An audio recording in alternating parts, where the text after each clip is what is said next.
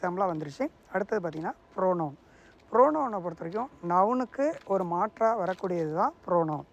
அப்போ நவுனுக்கு என்ன எப்படி சார் மாற்றாக வரும் அப்படிங்கிறது ஐ, ஹீஸ், அதாவது நான் சொல்கிறது, அதை பேரை சொல்லாமல் நான் அப்படிங்கிறது, அல்லது ஹீ, அவன், இவள், அவள், அந்த மாதிரி சொல்லக்கூடியது தான். அதுக்கு எக்ஸாம்பிள் வேர்ட்ஸ் பொறுத்த வரைக்கும் I, he, she, it, we, they, you, me, him, her, us, them.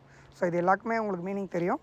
But அதை பேஸ் பண்ணி எக்ஸாம்பிள் சென்டென்ஸ் பார்த்தீங்கன்னா she is my best friend. அப்போ சி அப்படிங்கிறது இந்த இடத்துல ஒன் ஆஃப் த ப்ரோனவுன். அடுத்தது they are going to the market அப்படிங்கிறது இந்த இடத்துல தே அப்படிங்கிறது one of the pronoun. So அடுத்தது பார்த்திங்கன்னா வெர்பை பொறுத்த வரைக்கும் ஒரு சென்டென்ஸில் மெயினாக வந்துடும். ஸோ அந்த வரக்கூடிய ஒரு விஷயத்தில் எப்போவுமே ஒரு நவுனோ ப்ரோனவுனோ அது என்ன ஆக்ஷன் பண்ணுது அப்படின்னு சொல்லக்கூடியது தான் வெர்பு. அப்படி ஆக்ஷன் வேர்ட்ஸ் என்னென்ன இருக்குது?